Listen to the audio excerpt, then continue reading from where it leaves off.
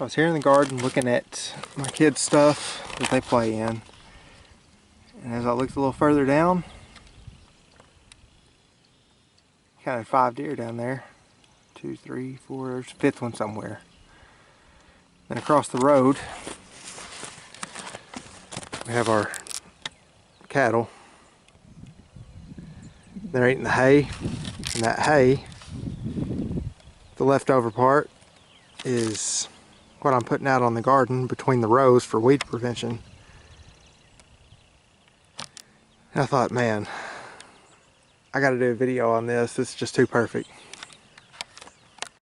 I'm out here around the tomato plants. I've got some jalapenos mixed in as well. You can see, just plain old hay, just cut grass is all that is, baled up. We put it out and let the cattle feed on it all winter. And the pasture behind my house, they move across the road for breeding season. So I've just gone down, collected a bunch of that. You can use grass clippings out of your yard. You can use commercial waste, or not commercial, but waste out of the public.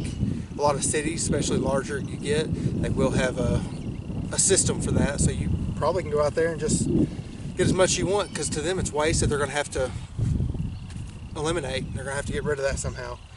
You can probably go out and get your own.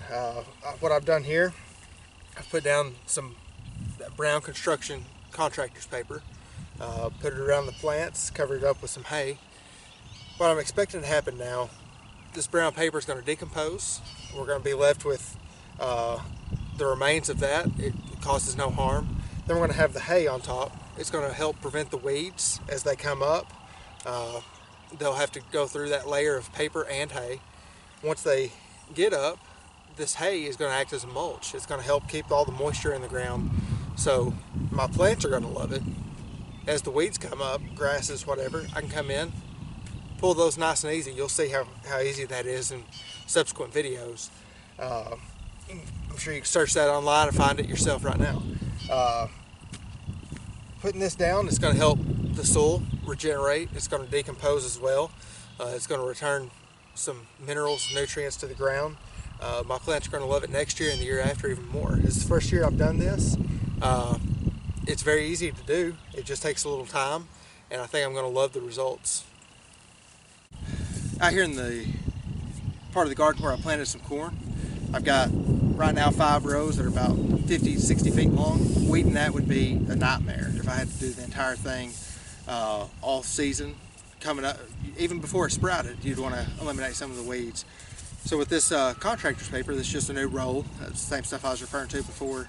I've come through with the same method. I've just stretched out a long length of it.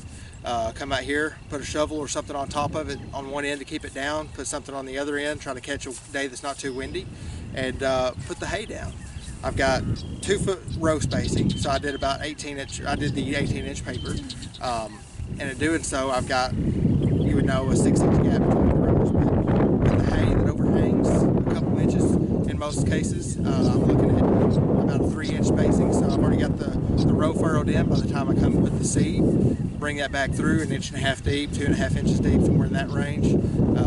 Cover it back up, and when this sprouts, it's going to have a chance to grow without any competition except for that little 3-inch gap that I'm talking about. So that'll be very easy to weed. Walk across the hay, keeps you from getting muddy all season, keeps you from tracking up the garden and leaving footprint ruts in there and getting stuck. So it's going to be a really beneficial thing in more ways than one, not to mention the fact it regenerates the soil some. So that mulch is going to be a wonder for me.